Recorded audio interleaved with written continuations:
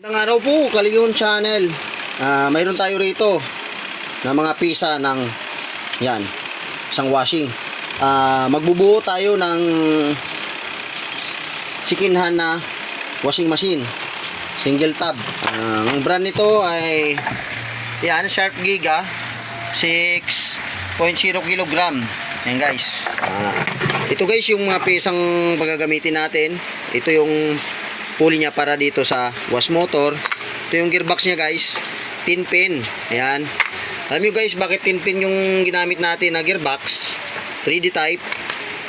Dahil dito sa pulsator, yan guys, kung nakikita nyo yung sa loob yan, yan 10 pin ang kailangan dyan, yung parang may mga ipin na yan, yan sa loob. Ito yun siya guys. Tapos ito yung wash motor natin, diamond type daw. Ayan, diamond type daw ang ganitong klase na wash motor. Ayan guys, pagbasahin natin yung diagram, ayan, baba natin yung mabigat. Ang yan nakikita. Ang blue ang common niya, tapos yellow yung starting, tapos red yung running. Ayan guys, tandaan nyo guys yung diagram niya.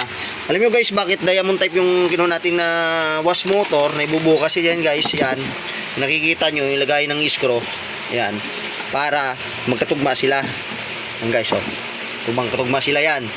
Yan, kasi pagkabitan natin ng ano yan, ibang shape ng wash motor, parang 3D type siya na parang triangle, hindi magkaano dyan, takma dito sa lagay ng screw. At ito na guys, ito naman yung wash timer niya. Ayan, medyo stuck pa at medyo kalumaan, pero good sa tingin ko siya guys, good naman kasi pag pinihit siya, okay naman siya pag pinihit. Ayan guys, so okay naman yung tunog.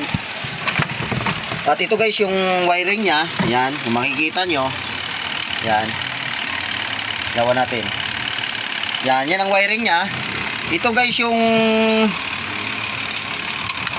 ano ng supply ng kuryente dito sa line 2, yung parang common niya. Yan, yung kulay puti, tapos ito yung red niya, yan, saka blue. Yun ang clockwise saka counterclockwise pag umikot yung wash motor, yung pabalik-balik na ikot. Dito yun siya guys, yung dalawang wire na yan, balit 3 wires lang siya guys. Yan na type na wash timer. Hindi natin alam to kung stock niya, pero sa tingin ko parang stock yung ubat, may scotch tape, yan, electrical tape. Yan siya guys. Panoorin nyo itong video para matutunan nyo yung paano mag-assemble ng washing machine. At ito guys yung ginamit natin na running capacitor 9 microfarad. Ayan, 9 UF 450 volts. Ito naman yung pulley para doon sa wash motor. Kung nga pala, titingnan natin yung gagamitin na running capacitor. Yan guys, ito sa baba. Yan, 10 UF. Yan, 10 microfarad na running capacitor. Okay lang ngayon guys na 9 UF yung gamitin natin. Walang problema yun guys. Or 10 UF, ganyan. Mas okay pa ngayon guys kay sa mababa ng 1 point or isakto, kasi mas malakas pag mataas yung gagamitin natin. Hindi pwede yung 11 or 12 na UF na gagamitin ng kapasitor kasi mas mabilis iinit yung wash motor. Pero itong 9 okay na yan guys. Ito na guys, simulan na natin yung pag-assemble ng washing machine. Paano nyo guys hanggang matapos itong video para matututunan nyo kung paano mag-repair o magbuo ng washing machine. Na guys, simulan na natin. Ano natin gagawin? Motor yung una natin kakabit dito. Ito, ipanglalagay muna natin itong mga rubber na to dito. Yan. Ang pasikip to sa yan, dito sa lagay ng screw. Yan guys, ilalagay muna natin to. Yan na guys, naikabit na natin yung tatlo. Ngayon, susunod natin gagawin guys, kabit na natin dito. Ilalagay natin dito. Yan. Yan, medyo nakatago yung diagram. Lilipat natin yung diagram kasi medyo nakakatago. Ngayon natin lipat na muna natin sa kabila to. Para mamaya hindi tayo mahirapan magsilip-silip pag ano. Yan, dito na lang natin ilagay guys. Yung sticker na yan. Yan. Guys. Susunod gagawin natin yan guys. Lalagyan natin ng screw. Oops. So, matigas. Ito na guys, lagyan na natin ng screw. Yan, lagyan muna natin yung mga screw dito. Tapos saka tayo wiring naman.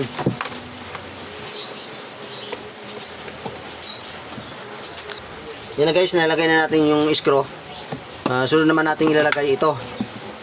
Yan. Itong pulley dito sa wash motor. Dito kasi guys yung kinakabit yung belt.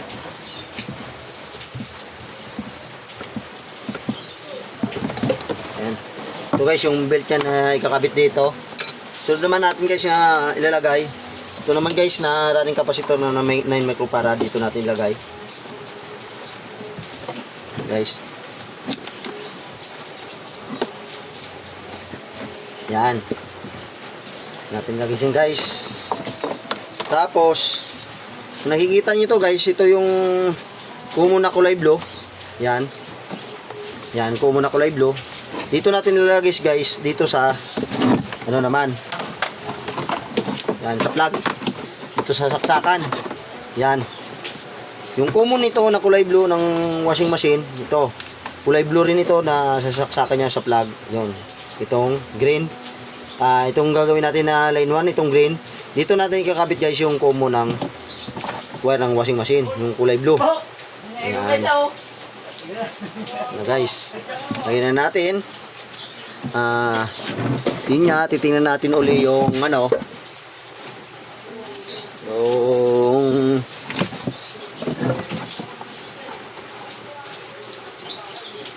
diagram.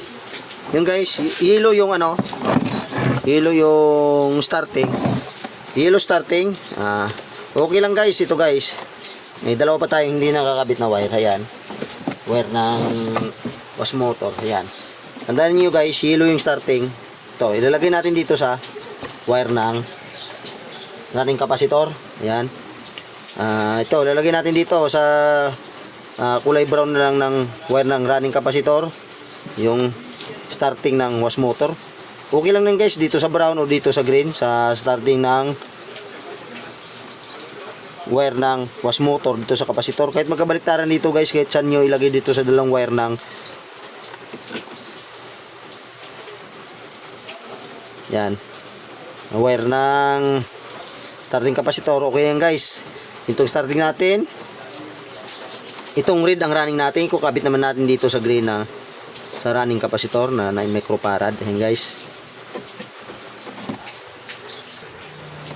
Ayan guys, ikakabit natin guys yung starting. Yan. Starting ng wire ng wash motor. Yan. Dito sa brown na sa starting capacitor sa 9 microfarad na capacitor.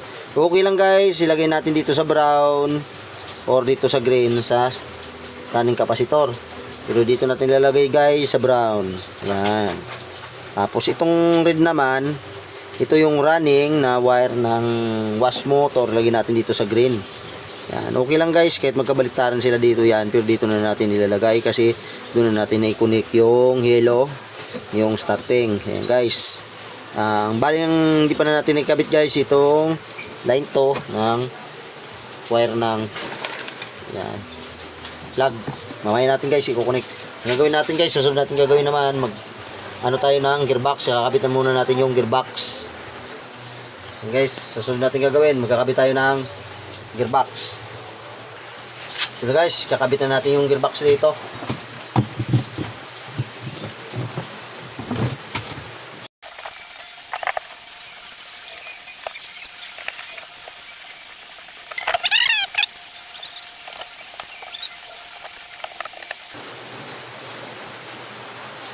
Yan na guys, naikabitan na natin yung 4 na screw. Ngayon, kakabitan na natin guys yung hose. Lagyan muna natin ng pandikit guys. Bulkasil lang ang ginamit ko. Para habang ginagawa natin, titigas pa ito. Yan. Lagyan muna natin dito pandikit. Yan. Ngayon, nilagay na natin yung hose naman.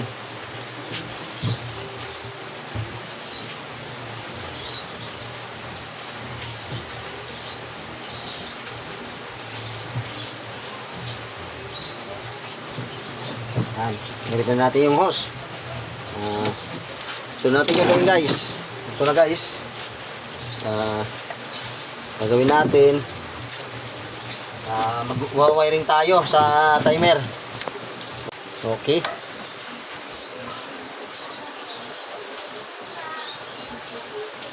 Yan.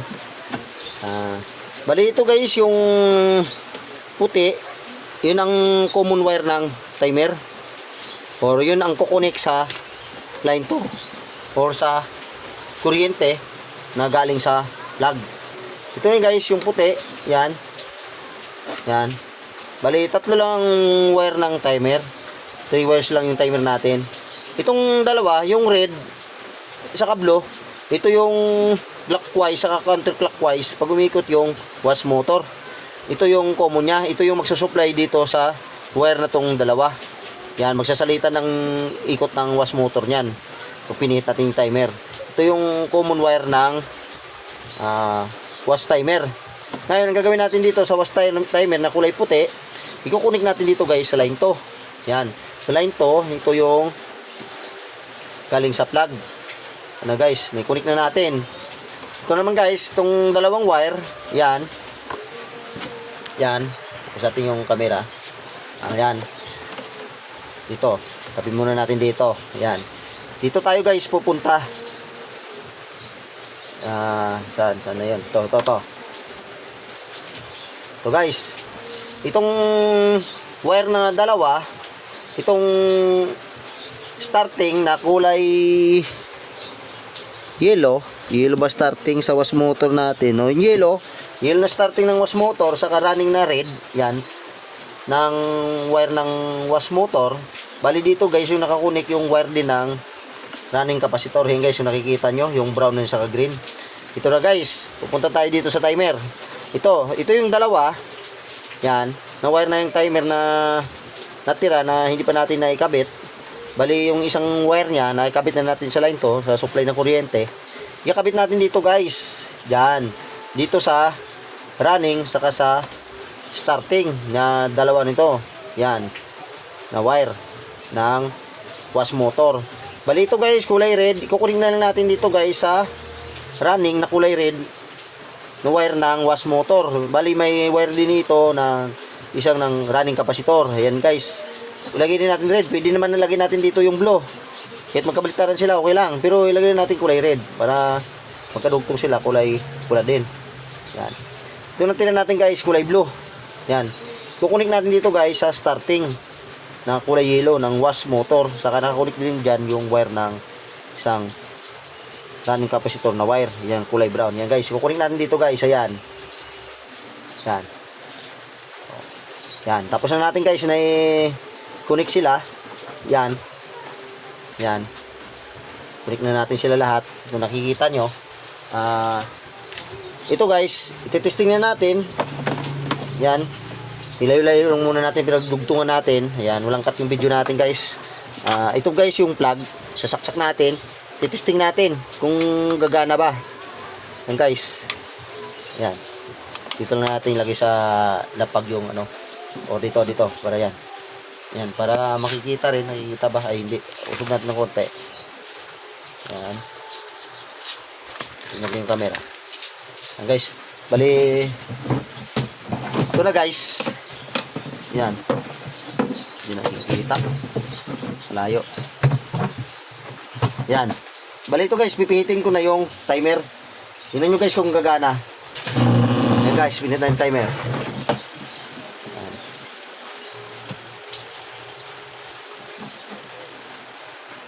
Yan guys, nakita nyo gumagana yung wash motor.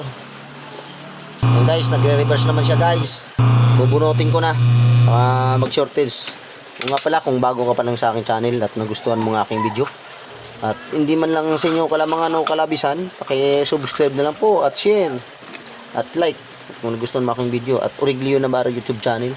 Ito na guys, tapos na tayo mag-wiring. Ito lalagyan ko na lang ito ng electrical tape. Salamat sa panood ng aking video. Guys, pinitin na natin timer. Guys, okay na guys. Salamat sa panood ng aking video.